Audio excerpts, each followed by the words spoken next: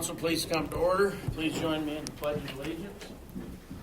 I pledge allegiance to the flag of the United States of America and to the republic for which it stands, one nation, under God, indivisible, with liberty and justice for all.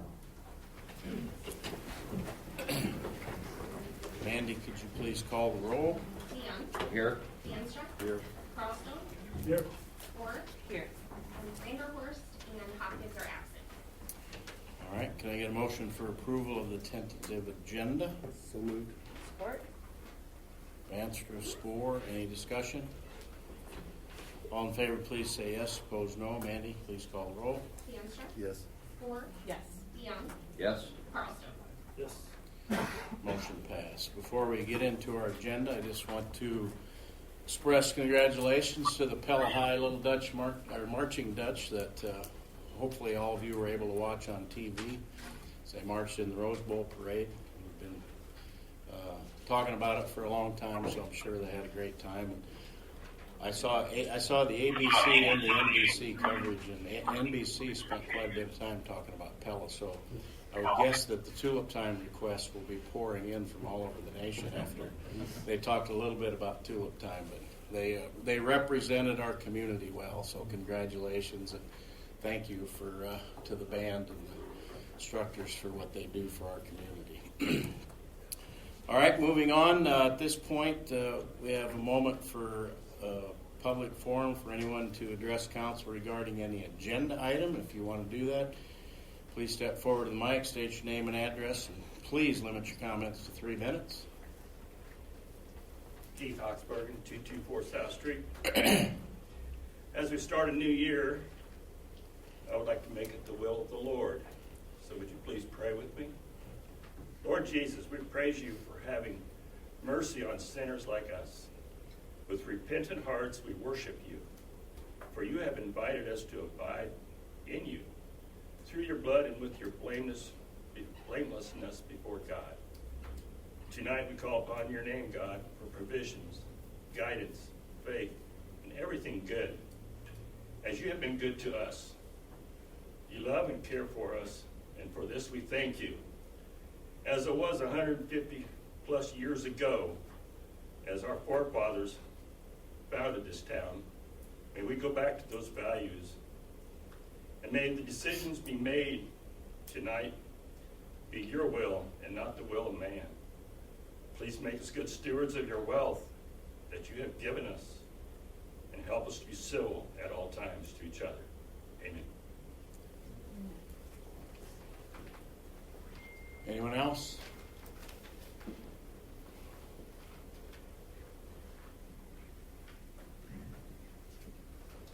Anita Fisher, 1546 Pleasant Drive.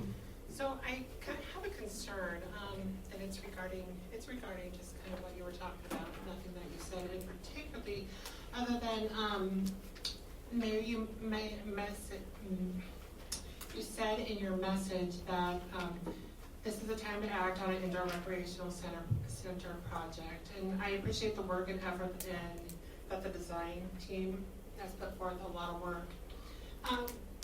And I'm happy to see the fact that you mentioned that there will be a time that there's going to be more information about it. I am kind of wondering though, as far as input, you mentioned input from city members. At this point, what kind of input can we have that will affect anything to do with the rec center? Well, that's good. That gives me an opportunity to, so next Wednesday, January 11, from 6 to 8 p.m. in here, we're going to have a public informational meeting, public input session. And I think our wonderful architects will have displays and everything that people can come and make comments on. So you'll have an opportunity to make those comments on that week from Wednesday evening. Okay, so it's more like a comment about what everything is going on rather than input as far as what may... No, we anticipate or asking for input from the community about the particular plans and those things. Okay, yes. so it's not necessarily set in stone. It's No. still open. Okay. And then also another question, from looking at past high dollar projects, the citizens were given a chance to vote on a special election, and that was held May 1st of 2018. It was a special election regarding the Pella fiber. And so I was wondering, why is it that this time we weren't allowed to vote on a special election regarding the rec center when Pella fiber was, it was 14 to 16 million estimate, and this one is close to $50 million. Why were we as Pella citizens not able to vote on that like we've done in the past? Well, the only vote that would be required would be if there was a general obligation bond to be issued, and we don't plan on doing that for this project. You don't plan on doing it? I'm sorry, I couldn't hear. I say we don't plan on doing a general obligation bond for this project. Okay. So that would be the only time that the vote would happen, Okay. if we were to issue a general obligation bond. Okay. So that's why there was no vote. Right. For a special election. Okay, that's all the questions I have. Thank you. Okay, anyone else?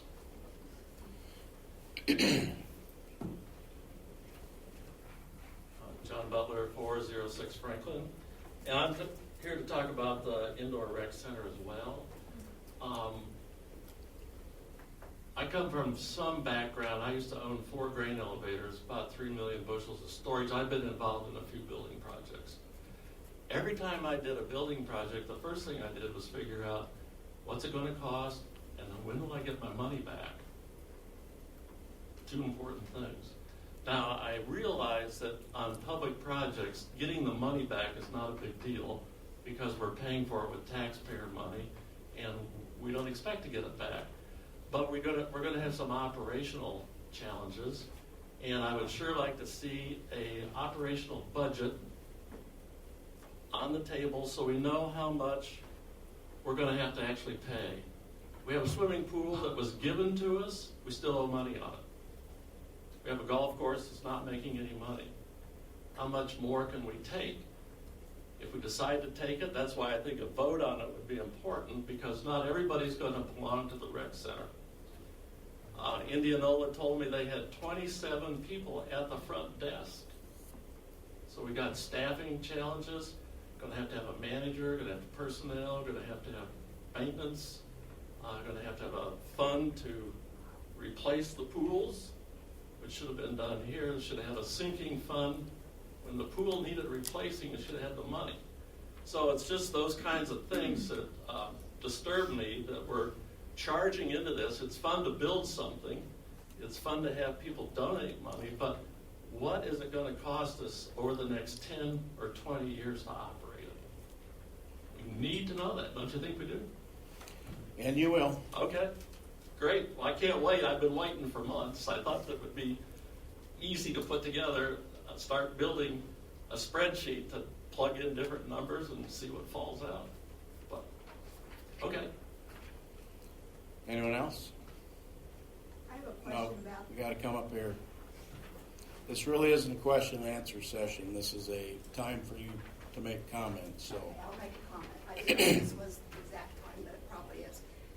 Karma Ruthven, 300 West 5th Street, Pella. I'm just wanting to make a comment about the rec center, but it has to do with the swimming pool. My understanding is, and I know Jenny is on the committee and she's the coach, and I'm involved with swim team because my grandkids are in it. My daughter was in it years ago when they were able to have the meets and stuff at the current pool. Well, now they can't anymore because it's not legit, or whatever the term is, to have the meets. When we had the meets years ago, it was a good deal. I mean, we had, everybody was working at it, and we had people come in, and so it was a good deal. Well, now, which I understand wanting an Olympic-sized pool so they can have the meets. I get that. But the thing is that concerns me and a lot of other swimmers, that the lane, that technically we should have at least 8 lanes to make it good for the Olympic. If you're gonna make it smaller, you're wasting your time, because you're not gonna be able to do the performance that the expectation is wanting. So that is my plug to try to do the 8. And if you look at like the Y, you know, we go to the Des Moines Y. We have to go out of town to all the swim meets now because we can't use our pool. And they're a lot bigger. But anyway, so that's my point. Thank you.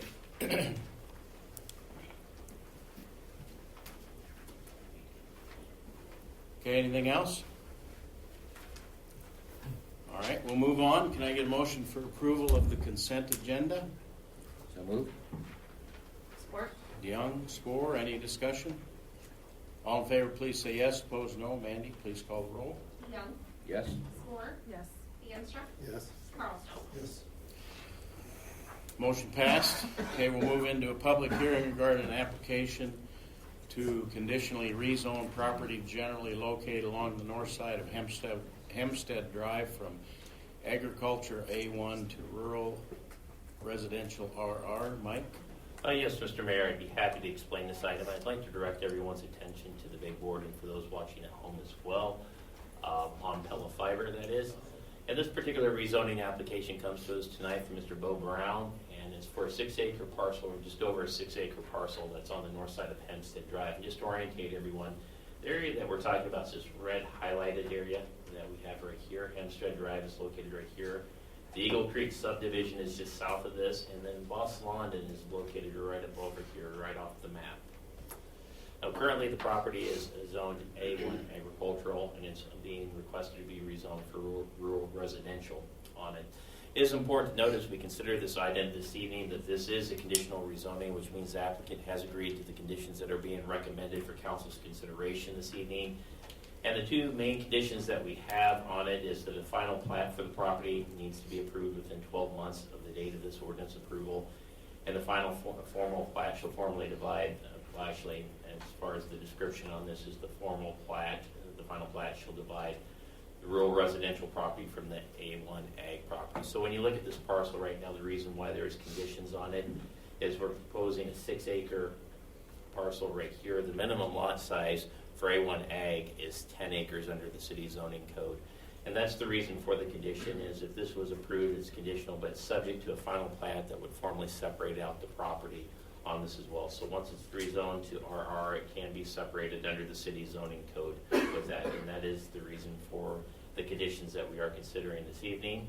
So let's go ahead, please, Mandy. Now, we do have a description of the rural residential zoning district up on the big board.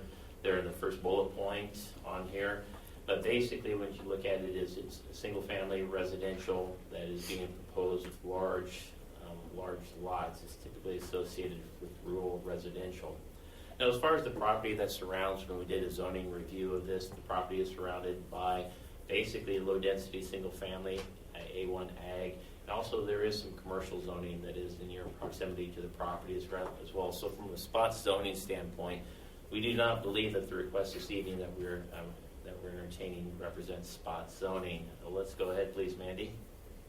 Now, as far as the future land map for the property, I believe that the future use land map in the city's comprehensive plan targets the area for basically A1 ag and rural residential. So it does align with the city's future use land map in the comprehensive plan. Now, Mr. Mayor, it is important to note that the Planning and Zoning Commission did unanimously approve this request on November 7th. And as a result, we are recommending the approval of the ordinance this evening. Once again, it is a conditional rezoning ordinance on this. Now, finally, the applicant has requested waiver of the second and third readings, but however, due to the number of council members in attendance this evening, we won't be able to accommodate that request. So with that, Mr. Mayor, that concludes staff's presentation. Be more than happy to answer any questions the council may have on this item. All right, thank you, Mike. Mandy, any written comments? The only written comment was from the applicant about the waiver of the readings. Yeah. Okay. Council, any comments, questions? At the P&Z meeting, was there any opposition? I know past you, Matt, was there anybody that came and spoke at the P&Z meeting? There was no opposition. Okay. Any I else? assume the future subdivisions will have enough frontage. I think on Yeah. the map, it appears that they're 100 feet. Is that the correct for RR? Yeah, and that's a good point, Dr. Carlstone. With it, one of the conditions on here is the final plat needs to be approved by the Pella City Council within 12 months. In order for it to be approved by the Pella City Council, the council's going to have assurances, or will have to meet city zoning standards as well as subdivision standards. So the frontage item on Hempstead Drive will be addressed in the subdivision plans. Does the final plat go through P&Z as well? Yes. Okay. Okay, anything else, council? Any member of the public want to comment on this item? All right, then I'll entertain a motion. Oh, sorry.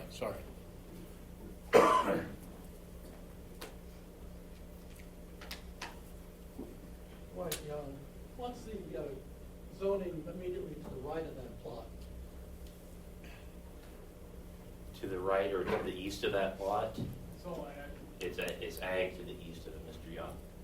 okay. I see they're already starting work on that plot. To the east? Well, no, they're requesting rezoning. Okay. Is that allowed or permitted? Well, the property owner is always free to start work on their own property. However, they do so at their own risk. Okay.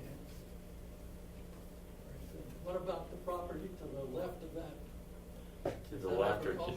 to the left, I believe it's agriculture too, as far as the property to the So left. this will be an isolated residential? No, zoning not area? necessarily to the way we look at it, there's residential to the south of the property as well, and then there's also residential to the northeast of the property. Quite a ways to the, you're talking about Boss Lana, Osvalana, but you also have Eagle Creek to the south. to the south. Yes. But immediately adjacent to it, it's all agriculture. Abutting the property, it's ag, yes. Thank you. Anything else?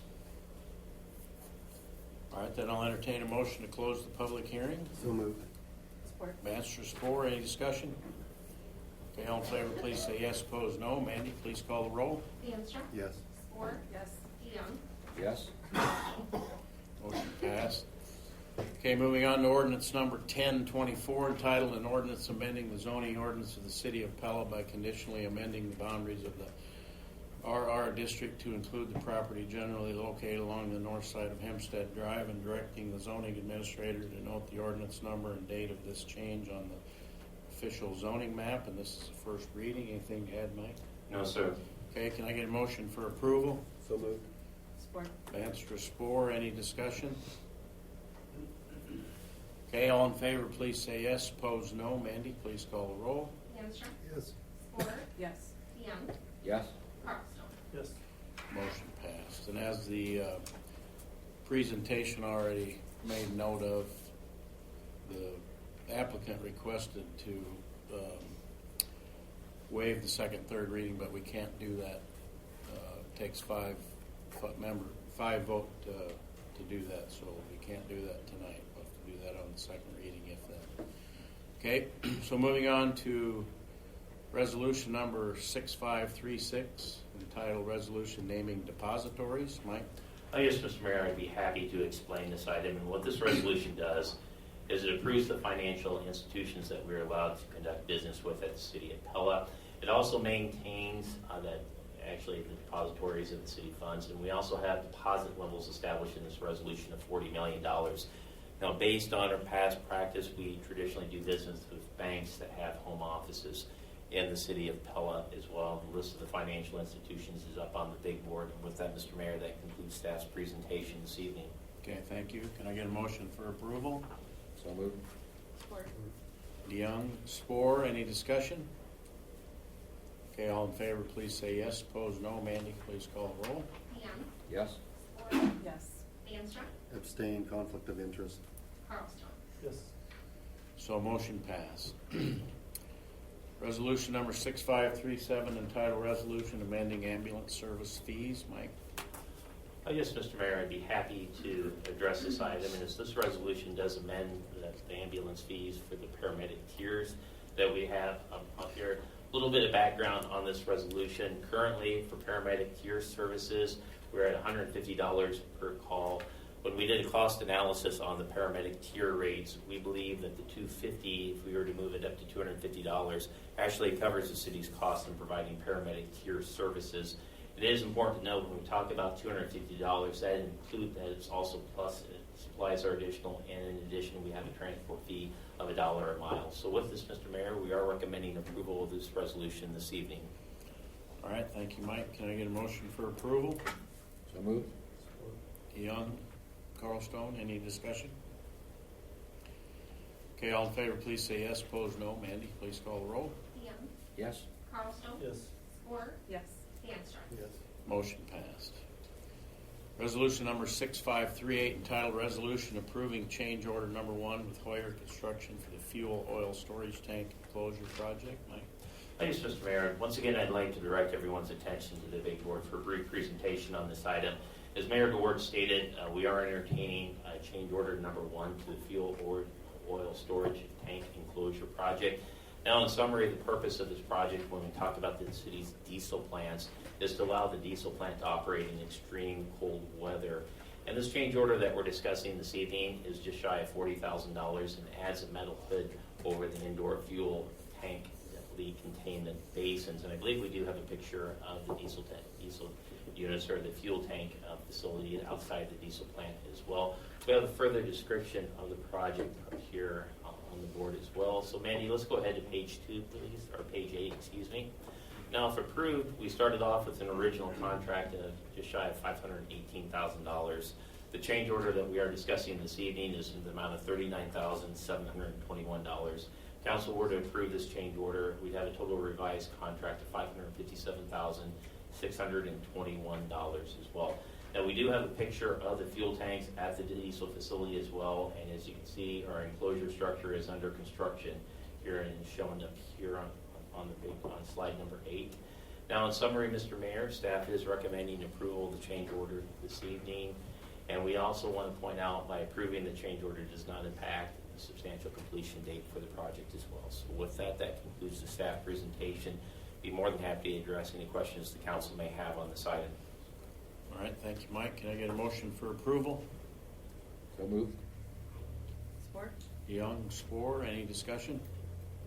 Just for information, did we have any issues with fuel oil when the wind chill was 30 below zero? I'd like to refer that question to Electric Director Nate Spurgeon. Mark, are you talking about like Christmas Eve? Yes, We sir. did run all day on Christmas Eve, from 8 o'clock in the morning until about 10 o'clock at night. We think we had our fuel tweaked to where we could get down to about -15. So we were able to run no problems all day. I noticed we did a lot of running that weekend. Yeah. Is this something that was not on, I assume, on the original design or plan? Is this something that came up during the build that all of a sudden we knew we had to add 40K? Or? Yeah, it's a request that twofold on this request. Where it originally came from was our power supplier, but also during our transmission, the regional transmission organization that operates the transmission grid, MISO, has made some legislative changes that requires utilities to be able to operate in extreme cold weather events for extended periods of time. So this is new to us. Originally, our plant was a summer peaking plant. It was meant to operate during the summer months in the peaking season, purely and not necessarily during extreme cold events of long incidents as well. It is important to note that in considering this, and correct me if I'm wrong, Nate, as far as our diesel plant, another thing that has changed the city's benefit on this is our power supplier has actually pays us for a capacity out of the plant, and that's roughly about $800,000 per year. When we do operate the plant as well, we do get reimbursed from MISO, which is the transmission organization as well. So overall, this request has just been recent. It's been due to the extreme cold events in the United States is the reason for the change and the request. Dr. Carlson, were you kind of asking what the change order was? Yeah. Was it in the original design? Yeah, that seems to answer for the call for the entirety of the building. I guess I'm curious as to why this little extra add-on lid with the clear. Yeah, I'll clear that up. The engineer had kind of a room constructed around that day tank, and it was attached to the radiators of the engines themselves. We were concerned with serviceability mainly, and the cost of that entire room that was going to be on there. So we took that out of the bid documents. knowing that we could redesign this and rethink how this might work a little bit better, and this is what we came up with to replace it. And I saw a lot of your daughter on TV as well, by the way. Anything else, council? All right, and then we will vote on the motion. So all in favor, please say yes. Opposed, no. Mandy, please call the roll. DeYoung. Yes. Spore. Yes. DeAnstruck. Yes. Carlstrom. Yes. Motion passed. Resolution number 6539 entitled Resolution Approving Construction Contract and Bond for the Boss London Conference Center Repairs. Mike? Yes, Mr. Mayor, as Mayor DeWard stated, what this resolution would do is approve the construction contract and performance bond for the Boss London Conference Center Repairs project. It is important to note that the council awarded this contract on December 20th of last year to Boyer Construction in the amount of $1,070,700. Now, as far as the project is concerned, a majority of this project will be covered by the city's insurance company. In fact, the city's estimated cost of the $1,070,700 is just over our share of the project is $65,700 as well. So, once again, approval of the construction contract and performance bond for the Boss London Conference Repairs project. It is important to note that the city attorney has approved these documents, and we are recommending approval this evening, Mr. Mayor. And with that, that concludes the staff presentation on this item. Okay, thank you, Mike. Can I get a motion for approval? So moved. Bannister, Carlstone, any discussion? Okay, all in favor, please say yes. Opposed, no. Mandy, please call the roll. DeAnstruck. Yes. Carlstrom. Yes. Spore. Yes. DeYoung. Yes. Motion passed. Can I get a motion for approval of to pay abstract of bills number 2118? So moved. DeYoung, Spore. Any discussion, questions? Since Nate's here, I saw there's a big check to Schweitzer. I don't know if I pronounced that right, about $85,000. Schweitzer Engineering. Yes. Some protective relays as part of the CFP project. It's entitled Gym Controls and Excitation Modernization. This is just one chunk of that. Yeah, now I understand it completely. Just modernize the controls for the generators. That's going to also help. You guys have probably been reading the updates. Unit 7 had kind of a meltdown when a bearing heated up on it and kind of tore the bearing up and ultimately destroyed the generating end of the generator. This modernization is going to add temperature sensing to those bearings so that we can monitor that and shut the generators off when those get heated up and prevent catastrophic damage like we had on this. Thank you. Anything else? All right, we'll vote on the motion to pay the bills. All in favor, please say yes. Opposed, no. Mandy, please call the roll. DeYoung. Yes. Spore. Yes. DeAnstruck. Yes. Carlstrom. Yes. Motion passed. Council, you have any other business you'd like to address us with this evening? All right, any member of the public have any other business you would like to address the council with this evening? If so, please come forward to the mic, state your name, address, try to limit your comments to 3 minutes.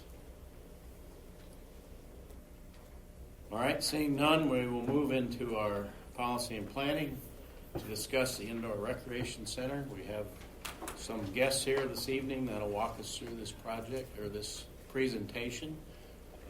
So we're ready to go, or I'm ready to go.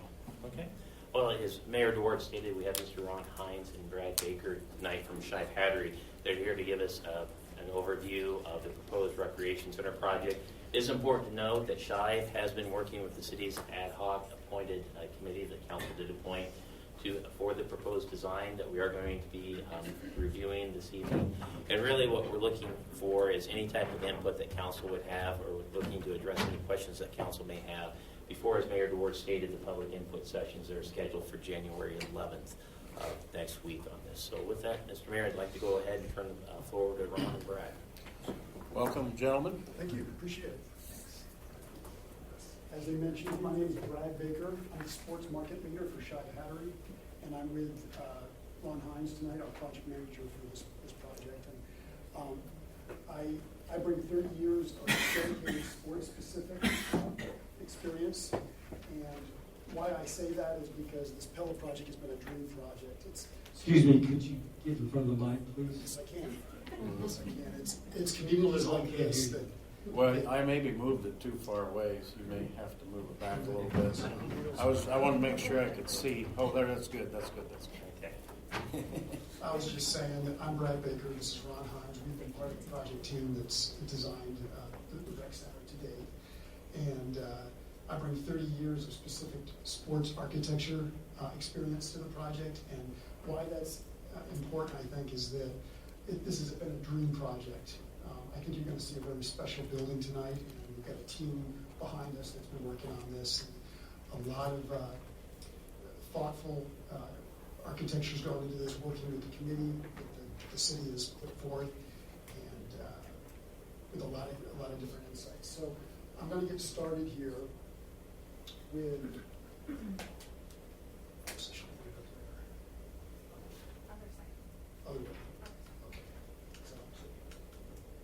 Right. I'm going to get started with the site plan.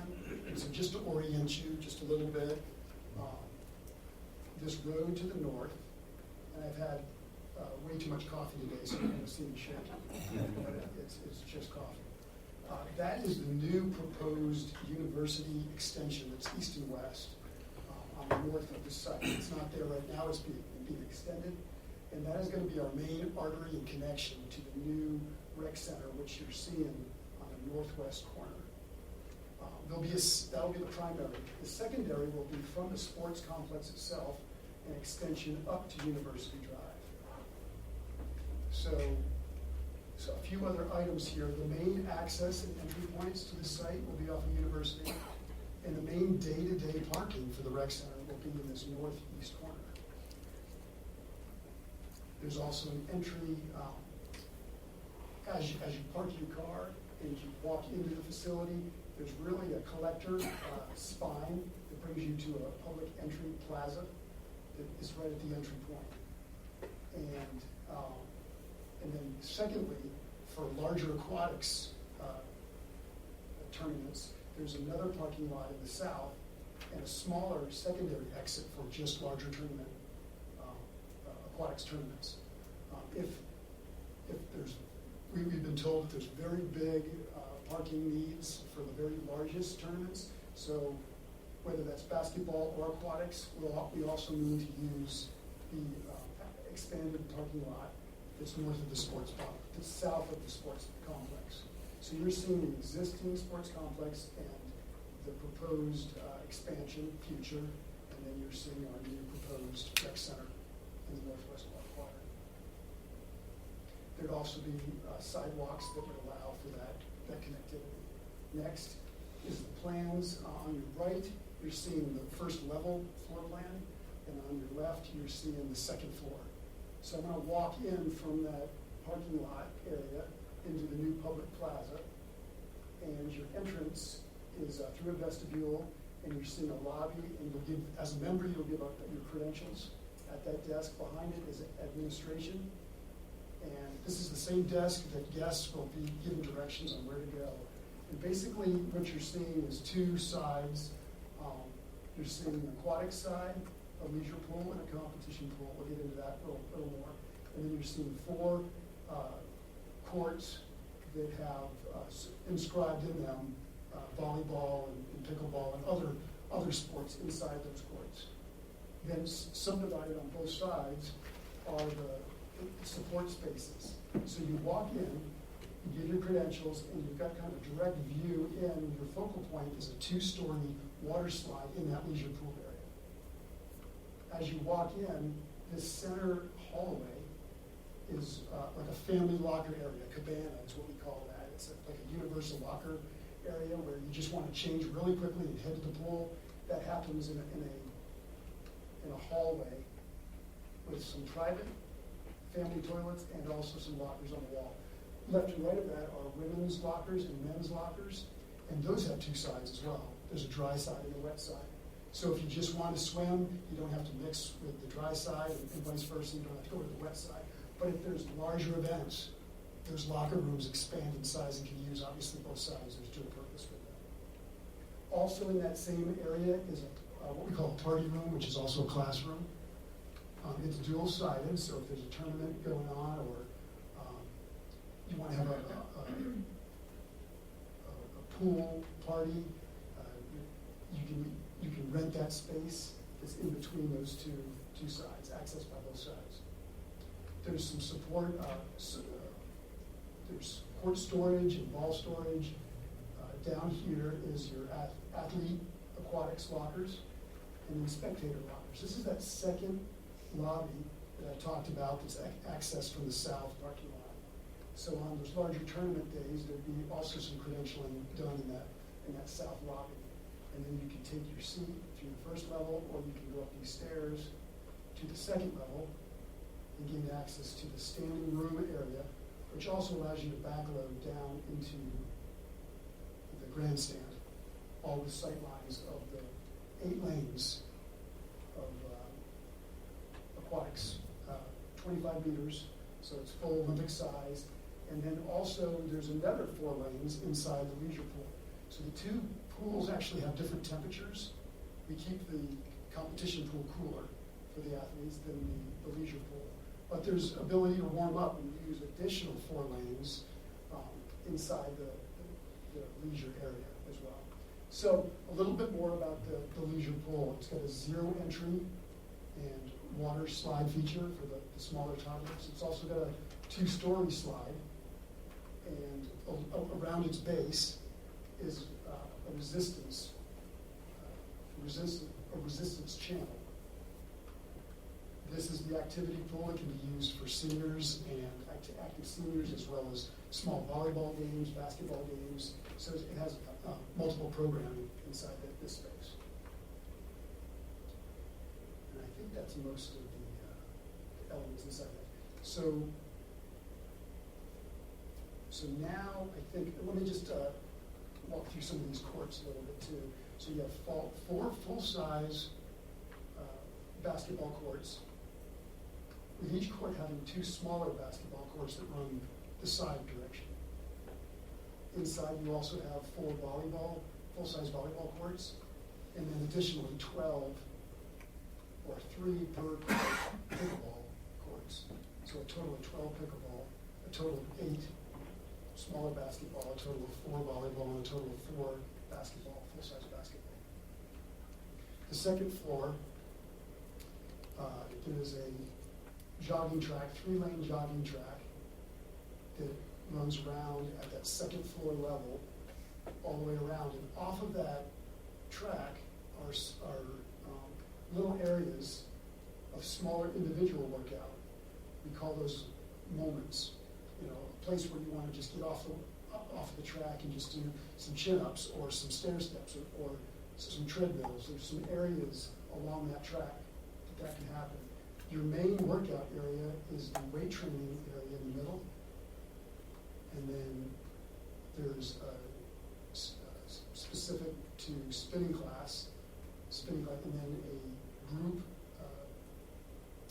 group workout room as well. And this group workout room actually has dual purpose. It's a flexible room. It can also be a community space. All those spaces have access to a roof deck. It's a turf roof deck where outdoor functions can happen as well, community functions.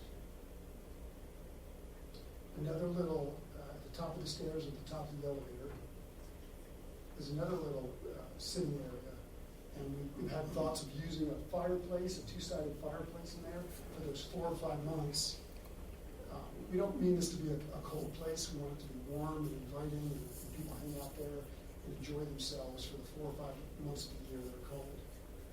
So just back down to the lobby real quick, there's soft seating areas and multi-stepped areas to address a class, or we have some public gathering spaces included in the region.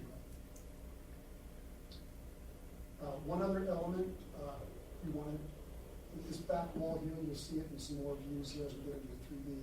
We've got not a climbing wall, but what we call a bouldering wall. It's a 12-foot high by maybe 50 feet wide bouldering, and you can move laterally on it and up and down on it. Its placeholder is under that track above, and it's in that end wall. So just to take a pause from the plan and jump into some architectural stuff and verbiage. We've all fell in love with the traditional Dutch traditional architecture of the 17th century, but there's amazing things going on with modern Dutch architects and ongoing right now. So you're seeing on the two different sides a very Dutch modern and very traditional Dutch architecture.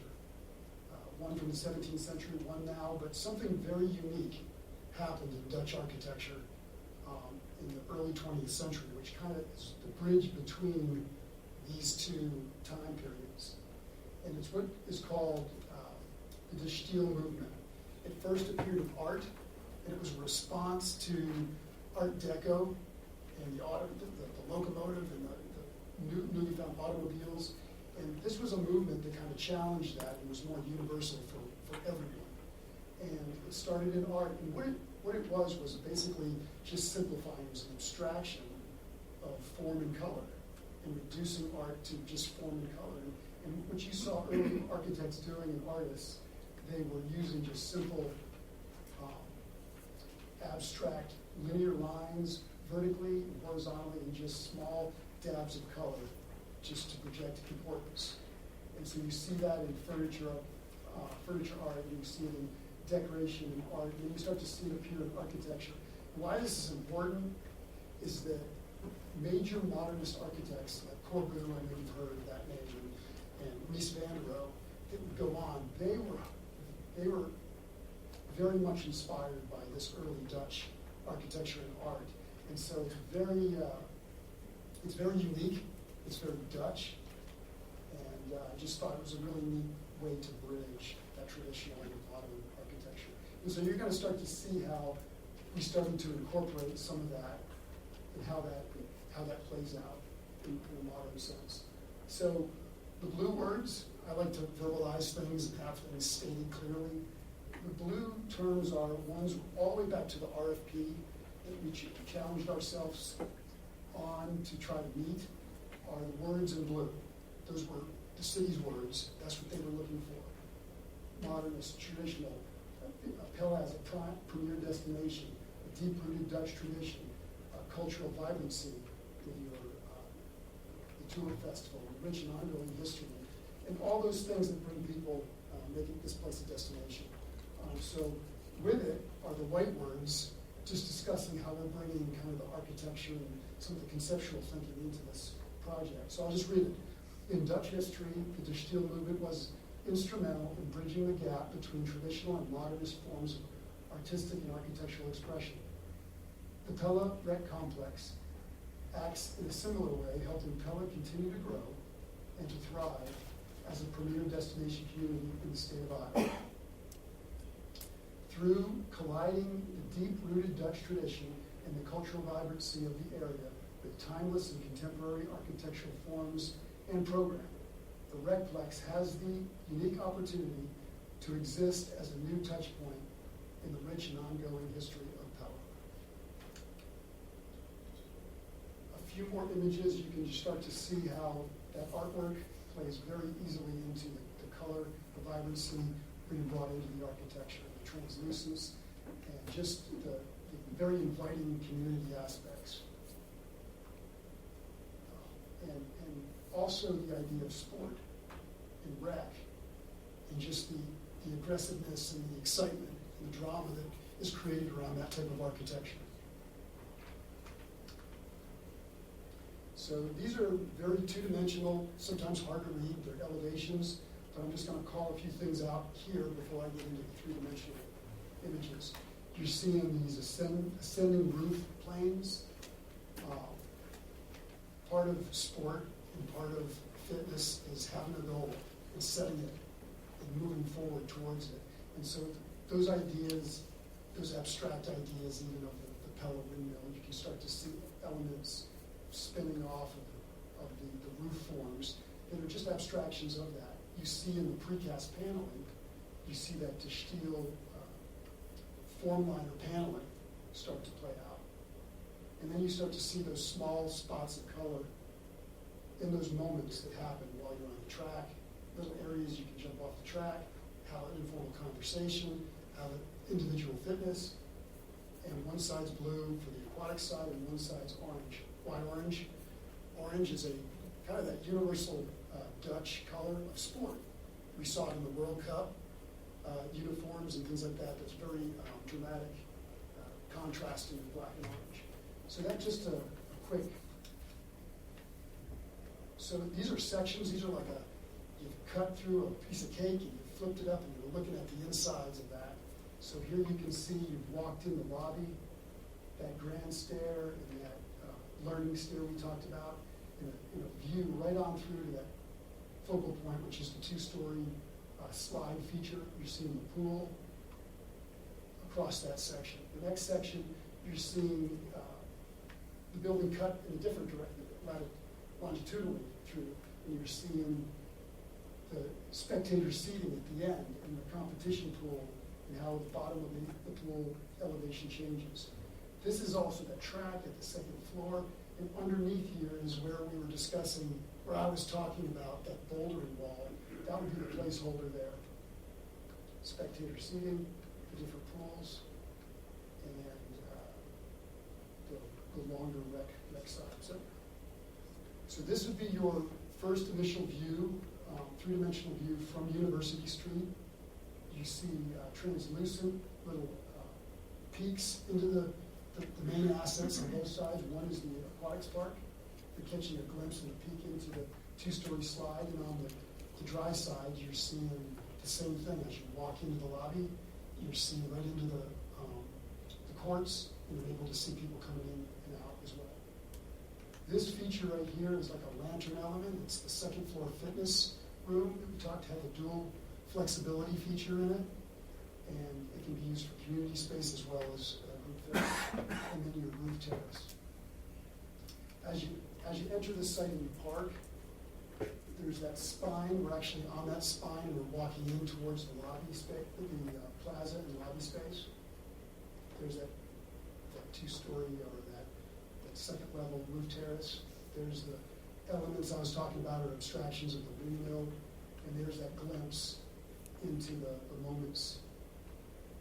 One other feature I want to talk about on the east and west, at night, when you really can't see a lot of the details, what you can see is the light that's coming out of this facility, and so you see these strong diagonals.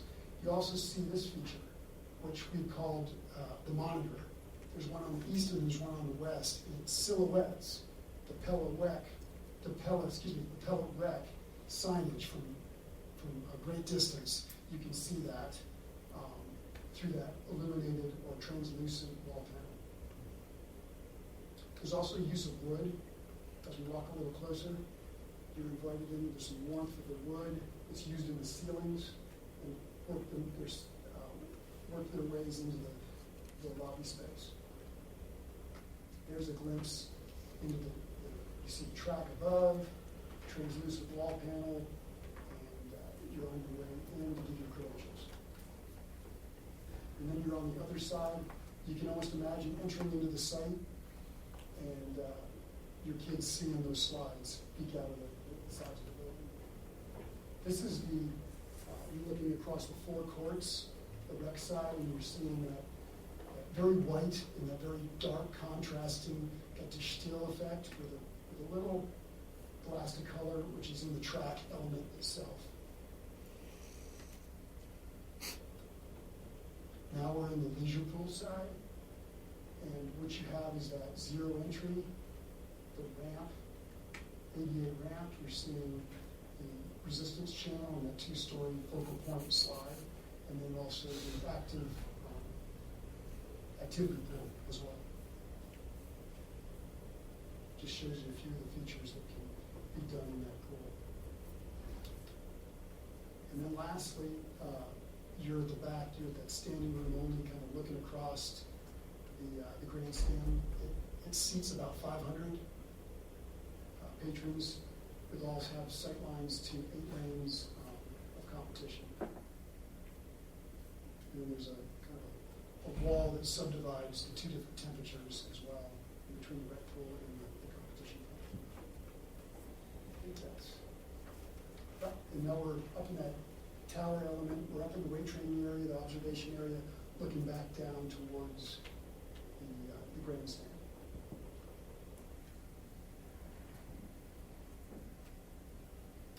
I think that's the last, yes, that's the last item.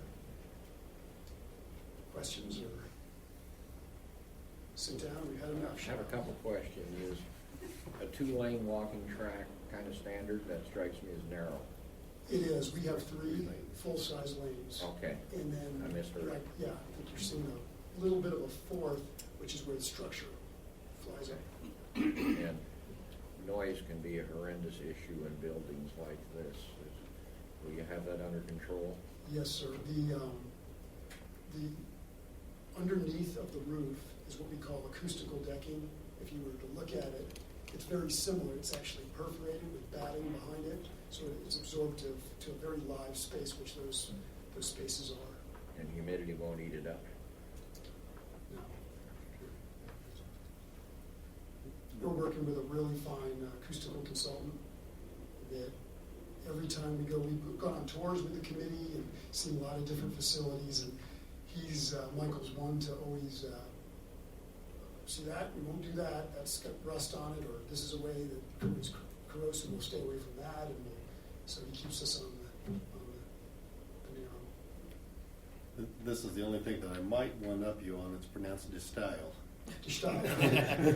And then I was just curious, throughout Iowa and broader Midwest, has that particular style been used before on that modern Dutch architecture here in the U.S. or the Midwest? Have you seen that anywhere? And now I'll follow up with the same question you can add. Did you know anything about it before you started this project, or did you research that? I definitely researched it, but we whipped through it in architecture school. It definitely was there in art school, art classes, but it never took on the importance that it took when I was looking, at what's more current, and just how influential Dutch architects have been throughout the whole 17th to modern, And what's interesting about it, I don't typically go. What's interesting about it is that it's timeless a bit, depending on that. It could be modern, it could be older. It's got a timeless effect to it, I think. And so we're using it in typically very brutal concrete precast panels as form liners and to decorate it and to break it up. We did that because we're trying to be very cost effective and really treat the University Street elevation appropriately and around the corners, but yet we know that this building might want to expand. There may be needs in the future for a multitude of different things, and so the back we're able to expand on that along those precast panels as well. I don't know if that answers your question. To style. What percentage of the design is complete? This is what we call pre-design, and it's merging into the very beginnings of schematic. Why? Because what we've been doing with the committee is really a robust programming effort. We needed to figure out what the needs were, what we wanted in the building, and what those things cost. And so 10 to 15%. 10 to 15 Yes, schematic. percentage, yeah. Okay. How handicapped accessible is this building? It has to be by law, not by code, but by law. Everything has to be, every feature, every place. So you got a climbing wall. What's the safety factor? Somebody falls, what's to prevent accidents? Yeah, the beauty, well, one great point about the boulder and not the ropes and rappelling and belaying, it's not a climbing wall, it's a bouldering wall. So maximum is 10 foot, 12 foot underneath that track. So what you do is you start on one side, you can race somebody, but it's not about the height, it's kind of about moving laterally across it. But there is a pad at the floor as well, but it's not like you're 30 feet in the air. It's more about learning the handholds and maneuvering the body laterally across the face. There's even some that pitch at the top, so you can work yourself up and over, you know. I have two questions. Do you have an area, you have the bleachers sitting for like the spectators, but are you gonna have an area for the swimmers? At the deck. So we purposefully, While they're waiting, they're. yeah, so we purposely, in some of the tours that we've gone through, zeroed in on that, what the right deck width is, where those spectators sit, where the athletes sit when they're waiting, and just having enough deck. And so this area is very generous compared to what we saw. We saw kind of a standard of 12 foot. I think we're on this side, which is the locker room side, which is the platform side, is above 17 feet, I think. Mm-hmm. So, you know, it's pretty generous. And then how many elevators do you have? There's one elevator in the facility. Just one? Just one. Is that enough? Well, guidelines, is there so many feet you need an elevator or anything, or? you need access to the second floor, and an elevator is an expensive item, and one is typically what we put in a facility like this. Multiple stairs, you know, multiple exit stairs. So is that all you need then, with a certain capacity of the people that can fit in there, only one elevator? I mean, don't you need, I don't know, I've been in other buildings where it's like, okay, we have to have at least two, considering the capacity of how many people can fit in there. So what is that? Like, what's the capacity, and how many elevators do you need per capacity? You know what I'm saying? Well, the capacity for the building is 500 for that event. Okay. Now, an elevator is not to be used in a fire. It's not. But just, right. But for capacity. Or anything weird, you know? Yeah, so that comes down to response time and pushing a button and how quick the elevator and the cab is there, and those things are calculated and figured in a much more detailed level at a later phase of design than that. But one, to be putting two elevators, you can do it, but it's a very expensive item. All right, safety first. Yeah, sure. And then I also want to hear a second question. Are you struggling, or do you think it'll be a struggle to find all the materials you need, considering what's been going on as far as, anybody getting materials? Yeah, I don't have a smoking gun for that. That is all over the board. But we are working with vendors right now, having them into the office and asking them those exact questions. Yeah. Can I get the panel that I want to get? What are you seeing? And they'll tell you, steer away from that, go towards this. And so that is directing some of our choices. Okay, so will this make costs rise because you have to go certain directions with what you normally get? You know what I'm saying? Because my husband's in building, and so he knows that they're having to spend more money on stuff where they wouldn't normally, but it's because it's what they can get at the time. Yeah, I got a key project manager that is in complete, he's done an excellent job. Yeah, for us, the biggest long lead items for these types of materials will be things like precast panels and structural steel, and so there are items that are long lead times right now. We try to steer away from some. Yeah.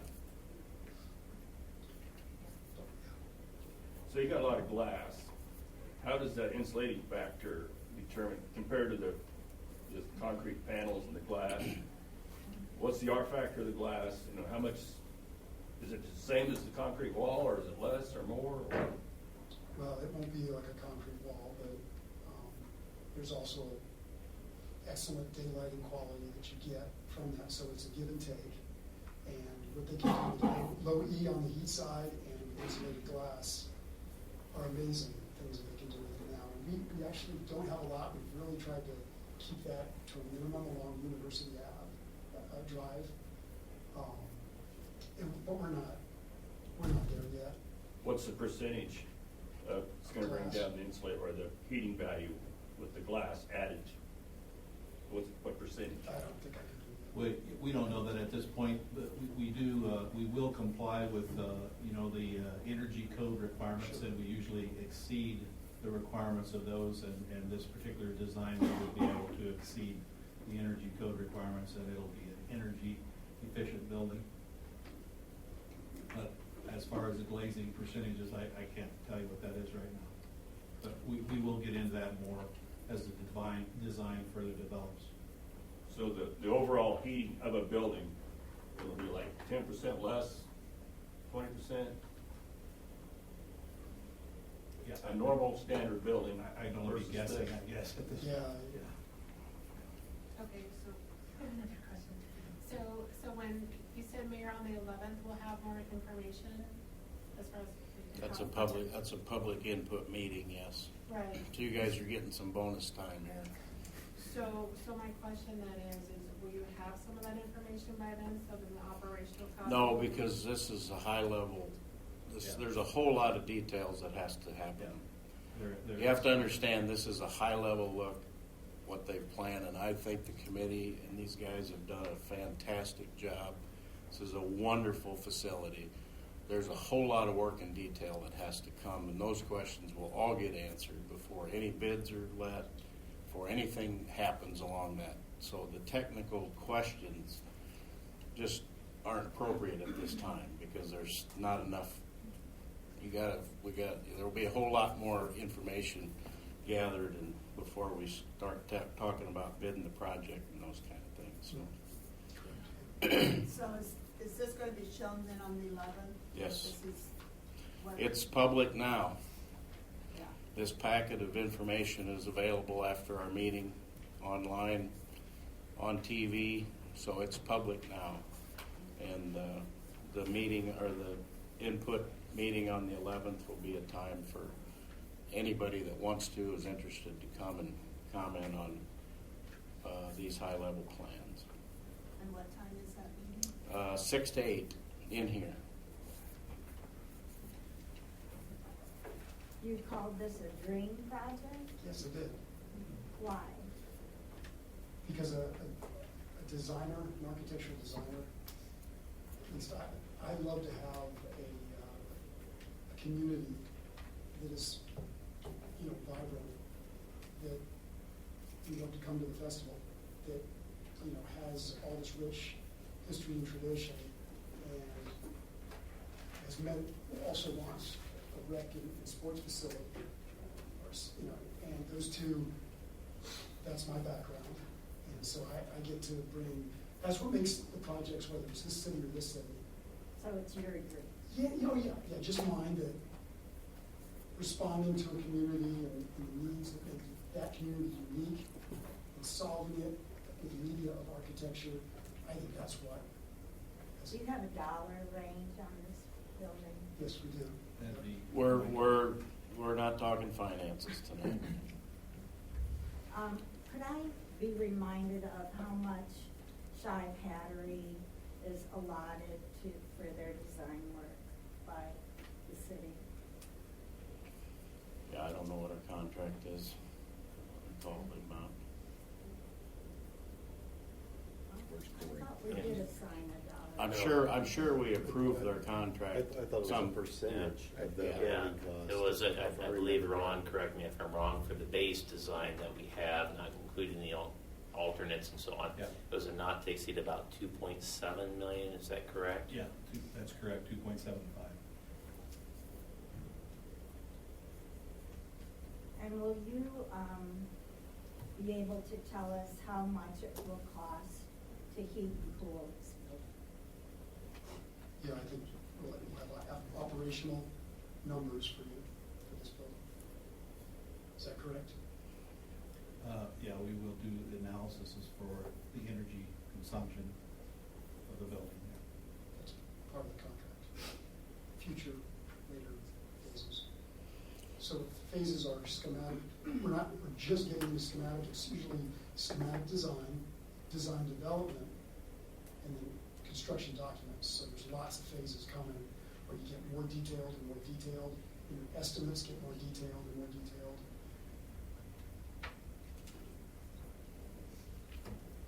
So my question is, and I'll just use swimming because I know nothing about it. You talked about the deck space. Is a meeting like what's coming up, say, hey, I think the deck space is fine or it needs to be bigger, or is that what you would like the public input to be more, what I call philosophical questions on how we should get that design, or what are you looking for at that meeting, I guess? Well, versus, regarding the pool, one of the discussions that we can have is related to the amenities such as the slides, the water features, stuff like that we can have options and inputs for. The numbers of lanes, I think were just mentioned too at some Yeah. point. I mean, those are the big things that I think we should be focusing on right now. Yeah, as far as the deck and the surfaces and things like that, we can communicate what the surfaces are, but as far as the sizes and size of rooms and things like that, we've kind of worked through that with the committee. Okay. Right now, so. And not just worked, we toured multiple facilities and got a consensus on what worked from their operators and from our own operators as well. How's the committee been to work with? Excellent. Are the majority of them going to be here next Wednesday? Do you know?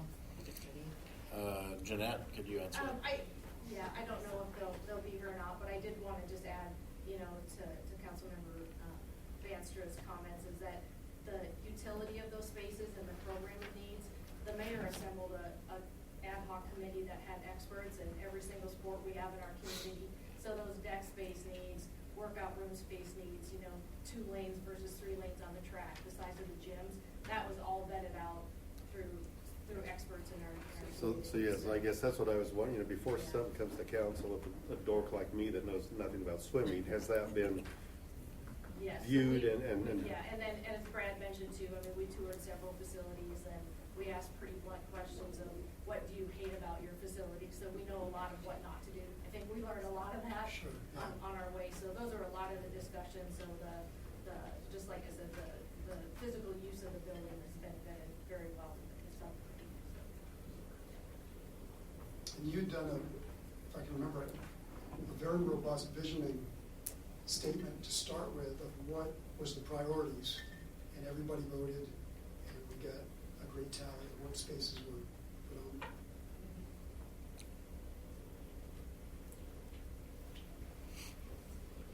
Do you have an idea of how much staff it's going to take?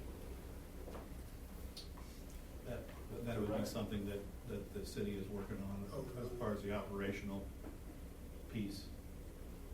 So you toured many facilities. We did, yeah. What was the staff on those? Average? I assume that wasn't part of your tour, but you were looking at the facility. No. And I think when it comes to that, we're not there yet, but a lot of it comes down to programming too. What types of programming are you going to have? And so, in these spaces, we have a lot of versatile space that can be used for multiple different things. So it just, that part is really going to come as we come later on and finalize the design. Childcare. We want it all, so.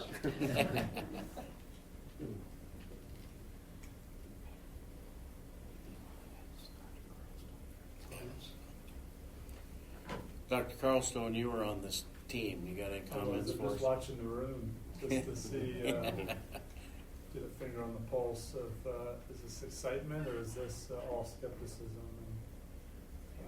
And, I think we're at a season in our history where we have to decide to stay put or to move forward. I think this is an amazing step forward. I think this will attract people to Pella.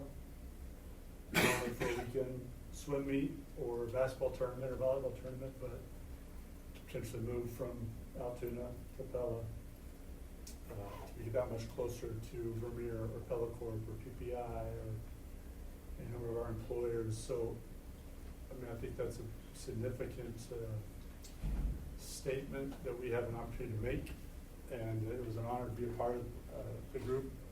I talked too much, but I got to listen to a lot of people that have passions about different sports in our community, and got input from the community through emails. The pickleballers were very dedicated at giving feedback. I think they'll be pleased. I think the basketball and indoor court sports are gonna be pleased to have access. I don't know if anybody here has ever tried to find a rainy day indoor space to practice their soccer team or their, baseball fundamentals. Now we'll have opportunity. And I think this will be a facility that draws attention for the right reasons to Pella. And I think the guys and gals from Shive have heard us well and been right in the tussle with us as we kind of ward with the actual physical spaces. So to your question, Calvin, there was a lot of that. Directly to the swim people, is that enough lanes for you to run a high school meet? Because I don't want my kids driving 45 minutes in February on the ice to go to a swim meet. Or you flip the script to the dry side with basketball. So I'm just pleased that we're this far along. I think we're super early. I think we got to figure all the programming and staffing issues, which obviously is across the board really difficult right now. But that's also part of the solution in bringing people here, so they don't have to drive in anymore. They live here, their teenager would work here, and we'll allow them to fix some of those labor problems. So anyway, all that to say, super excited about it. I can't quite read the room, but I think this is a huge step forward, as if was it style? Style. As a transition, this can also be that, so excited about it. Pure curiosity, as you toured around, what was your favorite facility and why? Boy, there is portions of ones that I really enjoy, but one of the ones that stuck out, I think, just for the versatility of the facility, the clean lines, was the Marion YMCA. They had a lot of convertible spaces they could be used for different things. They had a lot of views where you could see all the way through. You just walked in and you could, see kids playing, hear kids playing. There's some adults over here having, coffee, and so it was nice to see just all ages of the community together in one facility. So that was my favorite. We toured an aquatic facility down in Kansas that was quite amazing, and then you heard what the sticker was, and we went, yep, they can. But it was amazing. But we kind of pulled bits from all the different facilities we saw, and like you said, tried to get as much in as we could. Well, I appreciate the dedication of the team that we appointed, 6 months ago or 7 months ago, because I know they have done a lot of work, spent a lot of time on this to get it right. I'm very excited by what I see. I think it's exactly what we need, and excited to get the project going. And our community's support for it will be there'll be a lot of excitement.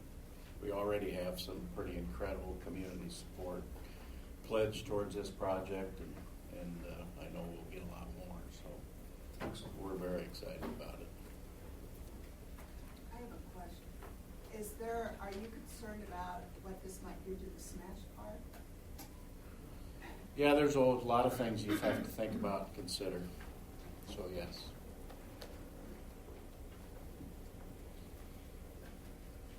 Are you still going ahead with the gymnasium in the old community center? That process is just starting. I don't know if they've even picked an architect for that one yet. So that'll be all part of that. There's another team similar to the one that worked on this that is going to pick a design team. First step, second step is to evaluate what the facility is going to be used for, what's all its uses. So it's a long way from knowing that. So will that project be a year or two behind, or? Yeah. Yeah, it took us, it's taken a long time to get to this point, so that will be the same story there. There's not going to be a restaurant in here, by the way, when it comes to Smash Park competition. I mean, obviously, Smash Park's a restaurant and bar, happens to have some pickleball courts and a lot of outdoor fun things to do. So it's a great thought, great consideration. I think, again, the labor pool is the biggest competitive sphere that all these places are having to endure right now. But this obviously needs to be the entire community, not just those going out for a brew and some pickleball. But, the demand for pickleball courts alone is beyond what Smash Park can meet, so, I mean, if you look at those kind of things, so, just to directly relate to that. So this will have vending machines for refreshments or? For I assume there'll be vending machines, there always are, but. Well, there's certainly concession areas here. There's a I don't think concession you area? talked about I that. missed that, yeah, but that southern end, for both aquatics and for rec, there's a concession near the restrooms there, right? Oh, there is a concession area. Yeah, you go into the gyms to access it, but it's for both sides. They don't all have them. I mean, some just have machines. Yeah, there's some gyms and stuff where you just have machines to get, but there's definitely concession area here because bring in 35 basketball teams for a tournament, you need a concession area. I will add that it's got appropriate window POS, points of sale, unlike the Recplex in Des Moines. We've solved that issue, so there's plenty of points of sale to meet the demand.